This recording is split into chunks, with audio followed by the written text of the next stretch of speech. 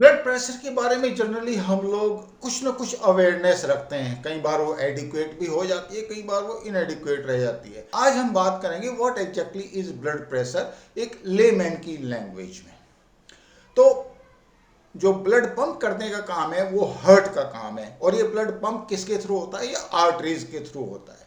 तो आर्टरीज की वॉल के ऊपर जब हार्ट ब्लड पंप करता है तो क्या प्रेशर आता है, उसको आप ब्लड प्रेशर कह सकते हैं लेमैन लैंग्वेज में।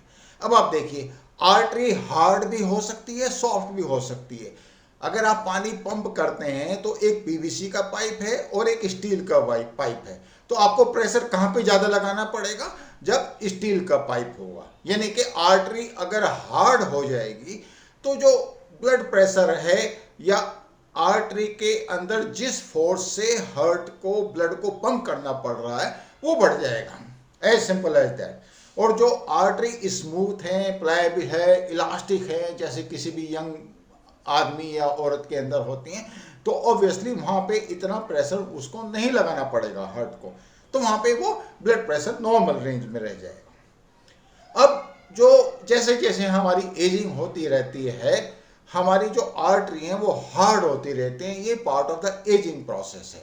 इसके अलावा अगर हमारी डाइट में कोई फॉल्ट है, यानी कि हम कुछ गलत खा रहे हैं या फिर एक्सरसाइज नहीं कर रहे, ओवरवेट हैं, तो उस हालत में भी हमारी जो आर्टरीज हैं वहां पे या ब्लड प्रेशर में, यू कैन से इट, एक प्रॉब्लम आ सकती है। यानी कि वो जितना रिक्वायर्ड लेवल है उससे ऊपर वो जा सकता है, और उसी को हाई ब्लड प्रेशर कहेंगे। हाई ब्लड प्रेशर से एक्चुअली नुकसान क्या हो सकता है? पहली बात तो कार्डियोवैस्कुलर प्रॉब्लम आ सकती है, यानी कि हार्ट अटैक भी हो सकता है, स्ट्रोक आ सकता है। दूसरी बात, इंपोर्टेंस, इरेक्टाइल प्रॉब्लम्स होती हैं, हो सकती हैं।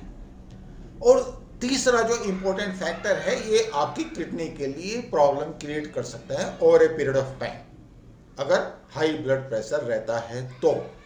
हम इसका सॉल्यूशन कैसे निकाल सकते हैं? एज को तो आप चेंज कर नहीं सकते, तो आपके पास सिर्फ एक ही सॉल्यूशन है कि आप अपने हार्ट को और आर्टरी को, दोनों को ही स्मूथ, मेरा मतलब हेल्दी बना के रखें। आर्टरीज को इन पर्टिकुलर आप इलास्टिक बना के रखें। तो आपको अपने लाइफ स्टाइल में या डाइट में क्या क्या चेंज लेके आना पड़ेगा अगर आपको अपनी आर्टरीज को स्मूथ रखना है, इलास्टिक रखना है?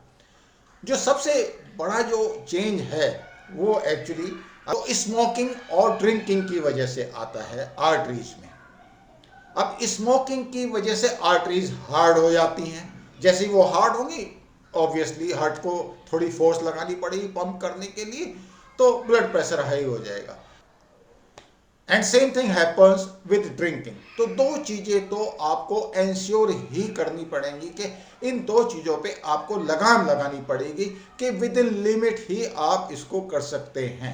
ऑफ कोर्स आप अपने हेल्थ एडवाइजर की हेल्प उसमें आपको लेनी चाहिए।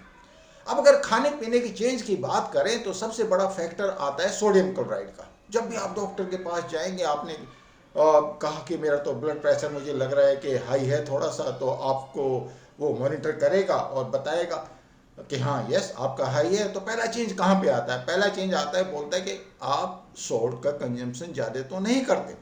अब सोल्ट के एक्चुअली एक तो हम नमक ऊपर से डालते हैं अपने खाने पीने में, दूसरा जो सब्जियां या जो भी हम खाते हैं सब में कुछ ना कुछ सॉल्ट होता है। तो आपको उसका कंजम्पशन कम करना पड़ेगा। सोडियम क्लोराइड या नमक का एक सबसे बड़ा जो डिसएडवांटेज है कि पानी को अट्रैक्ट करता है। यानी कि जैसे ही आप सोडियम क्लोराइड का कंजम्पशन हाई करेंगे, water consumption automatically should go high. तो जो टोटल फ्लूइड की क्वांटिटी है ब्लड सर्कुलेशन में वो बढ़ जाती है। तो जब वो बढ़ जाएगी तो नेचुरली हार्ट को उसको पंप करने के लिए एक्स्ट्रा प्रेशर लगाना पड़ेगा। As simple as that. और जब हार्ट को प्रेशर लगाना पड़ेगा तो आर्टरीज के ऊपर भी प्रेशर जाएगा, ब्लड प्रेशर हो जाएगा, सिंपल। दूसरा बड़ा फैक्टर, और ये फैक्टर भी अपने आप में इंपॉर्टेंट है, ये फैक्टर है टोटल सैचुरेटेड फैट का कंजम्पशन। अब सैचुरेटेड फैट का नाम आते ही हमारे दिमाग में सीधा घी की बात आ जाती है, क्योंकि वो पार्ट है हमारी एक्चुअली कल्चर का, स्पेशली देसी घी। अब अमेरिकन हार्ट एसोसिएशन कहता है कि 10% ऑफ जो टोटल कैलोरी इनटेक है वो आप सैचुरेटेड फैट से ले सकते हैं। यानी कि अगर आप 2000 कैलोरी का कंजम्पशन करते हैं तो 200 कैलोरी में कोई मेजर इशू नहीं है। तो you don't have to neglect actually saturated fat, obviously balance has to be found. अब सैचुरेटेड फैट को अगर आप मॉनिटर करें तो उसमें देसी घी तो एक फैक्टर हो गया जो आप मॉनिटर कर सकते हैं। What about the consumption of red meat? Red meat के साथ बहुत ज़्यादा सैचुरेटेड फैट होता है, और अगर आप उसका कंजम्पशन करते हैं तो ऑब्वियसली फिर आपके हार्ट में वो इशू बन सकता है, स्पेशली उन लोगों में जो एक्सरसाइज नहीं करते और जैसे जैसे एज बढ़ती जाती है। अगला जो पॉइंट आता है बहुत इंपॉर्टेंट पॉइंट है, तो ये है कंजम्पशन ऑफ प्रोसेस्ड फूड और फास्ट फूड, और उसका रीजन है। पहली बात तो उसमें आप टोटल कैलोरी इनटेक आपका मॉनिटर नहीं हो पाता, थोड़ा सा डिफिकल्ट होता है, और इन एनी केस वो कैलोरी रिच तो होते ही हैं। दूसरी बात, एज ए प्रिजर्वेटिव अगर आप किसी भी फास्ट फूड को खाएं तो या तो उसमें सॉल्ट को या शुगर को वो एज ए प्रिजर्वेटिव यूज करते हैं। उसके अलावा और बहुत सारे प्रिजर्वेटिव होते हैं, उसमें कॉर्न सिरप भी हो सकता है, उसमें मोनोसोडियम ग्लूकोनेट भी हो सकता है, और ये सब फैक्टर्स ऐसे हैं जो आपके ब्लड प्रेशर को किसी न किसी स्टेज पे अफेक्ट कर सकते हैं। तो आपका क्वेश्चन ये होगा तो इसका मतलब है मैं बिल्कुल नहीं खा सकता? नहीं, आई डोंट मीन दैट, लेकिन आपको अपनी हेल्थ को मॉनिटर तो करना पड़ेगा। ऐसा नहीं हो सकता आपके पूरे हफ्ते में आप जो है बर्गर ही खाते रहे और ऊपर से आप ओबेज भी हैं, एक्सरसाइज भी नहीं कर रहे। तो basically it is your judgement कि आपकी जो हेल्थ का स्टेटस है वो क्या है, एक्सरसाइज का स्टेटस क्या है, लाइफ स्टाइल का स्टेटस क्या है, आपके स्मोकिंग और ड्रिंकिंग का स्टेटस क्या है। Basically you have to decide in consultation with your health advisor. अगर आप वेजिटेरियन डाइट को लें तो वेजिटेरियन डाइट में भी अच्छे खासे प्रोटीन के सोर्स हैं और उनके एडवांटेजेस हैं। सबसे पहले तो उसमें सोयाबीन आ जाता है, और सोयाबीन आप देखें कि प्रोटीन की क्वांटिटी भी अच्छी खासी है, और एक इम्पोर्टेंट पॉइंट उसमें है वो है नाइट्रिक ऑक्साइड का।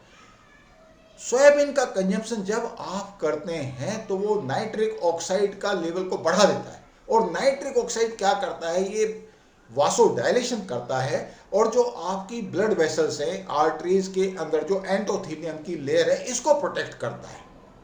तो आप समझ सकते हैं नाइट्रिक ऑक्साइड आपके ब्लड प्रेशर को इन एनी केस रेगुलेट करता है थ्रू वेसोडाइलेशन। इसके अलावा प्रोटीन के जो बाकी सोर्सेज हैं, यानी कि दाल हो गया, पीस हो गई, बीन्स हो गए, और भी बहुत सारे सोर्सेज हैं, आप देख सकते हैं उसको। इन सब के अंदर फाइटो न्यूट्रिएंट्स होते हैं, और ये जो फाइटो न्यूट्रिएंट्स हैं ये बेसिकली एंटीऑक्सीडेंट का काम करते हैं, तो आपकी जो बॉडी है उसको ये इन्फ्लेमेशन से बचाते हैं। अगला जो पॉइंट है वो है कैफीन कंजम्पशन का। अब कैफीन के लिए जनरली इंडिया में चाय या कॉफ़ी, ऑफ कोर्स कोक वगैरह में भी कैफीन अच्छा खासा होता है, तो you have to guard against that also, specially those people who take coke with the fast food. Burger और कोक ये तो बड़ा ही डेडली कॉम्बिनेशन है जो मतलब ब्लड प्रेशर को अफेक्ट कर सकता है। बट यहाँ पे मैं बात कर रहा हूँ कॉफ़ी की और चाय की। चाय में इन एनी केस जो कैफीन होता है वो लिमिटेड होता है, बहुत ज़्यादा नहीं होता। बात करते हैं कॉफ़ी की, क्योंकि कॉफ़ी का कंजम्पशन अभी दिन प्रतिदिन बढ़ता जा रहा है। अगर आप नॉर्मल मीडियम साइज का कप लेते हैं तो उसमें कैफीन होगा करीब 40 मिलीग्राम। मैं सोचता हूँ कि जो neither strong coffee nor a mild coffee, जो एवरेज वाला सीन है, अगर आप वो स्ट्रॉन्ग उसको बनाएंगे तो नहीं चलिए, कैफीन का जो टोटल क्वांटिटी है वो उसमें बढ़ जाएगी। अब पूरे दिन के अंदर आप किसी भी हालत में 200 मिलीग्राम से ज़्यादा कैफीन का कंजम्पशन नहीं होना चाहिए। अब कैफीन के अपने फ़ायदे हैं। फॉर एग्जांपल, आप इनफैक्ट आप एक्सरसाइज करने जा रहे हैं, उससे पहले आपने थोड़ा कैफीन का या कॉफ़ी थोड़ी सी पी ली, it is going to give you a boost. That point you have to consider. मेरा और भी वीडियो है इसके ऊपर, ब्लड प्रूफ कॉफ़ी के ऊपर भी मेरा एक वीडियो है, have a look on that also. अब मैं आता हूँ एक बड़े इंपॉर्टेंट पॉइंट के ऊपर, वाटर कंजम्पशन कितना है ये एक बहुत बड़ा इंपॉर्टेंट फैक्टर है आपके ब्लड प्रेशर को रेगुलेट करने के लिए।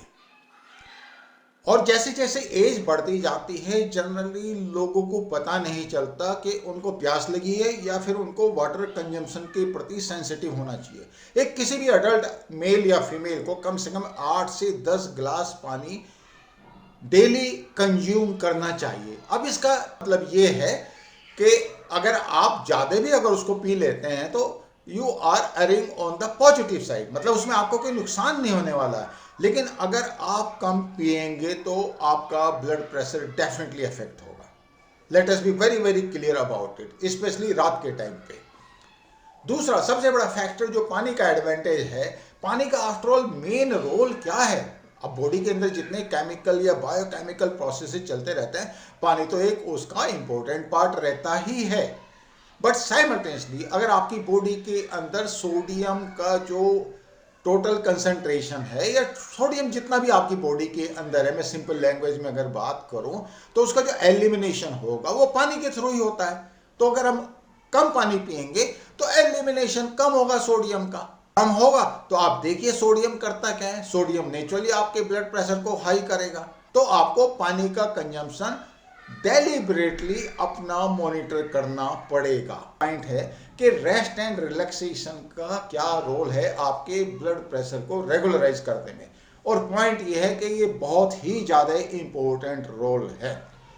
पहली बात, जब आप एक्सरसाइज करते हैं, एक्सरसाइज के बाद आपने देखा होगा अगर आप योगासन करते हैं तो उसके बाद शवासन होता है बॉडी को रिलैक्स करने के लिए, क्योंकि आप एक्सरसाइज करेंगे तो ब्लड प्रेशर आगे जाएगा, हार्ट रेट भी आगे जाएगी। लेकिन जब आप शवासन करेंगे वो वापस आएगा। अब देखिए दोनों में अलग अलग रोल हैं। जब आप एक्सरसाइज करते हैं तो सिंपैथेटिक नर्वस सिस्टम स्टिमुलेट होता है, ब्लड प्रेशर ऊपर जाएगा, हार्ट रेट भी बढ़ेगा। और जो पैरासिम्पैथेटिक सिस्टम जब आप रिलैक्सेशन करेंगे तब वो एक्टिवेट होगा। तो दोनों का अपना फायदा है। हम लोग गलती क्या करते हैं एक्सरसाइज के टाइम पे, कई बार हम रिलैक्सेशन नहीं करते, जबकि एक्सरसाइज के बीच में भी रिलैक्सेशन जरूरी है। दूसरी बात, music, good company, laughter, good sleep, all these factors, they relax you, they stimulate your parasympathetic nervous system। और आपने देखा होगा जब आप डॉक्टर्स के पास जाएंगे वो भी इसकी बात करेंगे। ये बहुत इंपॉर्टेंट है कि आप मेडिटेशन करें, योगा करें, एक्सरसाइज के बाद रिलैक्सेशन करें। ये सब फैक्टर्स बहुत इंपॉर्टेंट हैं आपके ब्लड प्रेशर को रेगुलेट करने के लिए। I hope you like the video. There are certain lessons in this. Lead a good, comfortable, healthy, relaxed life. Thank you so much. I will see you in next video.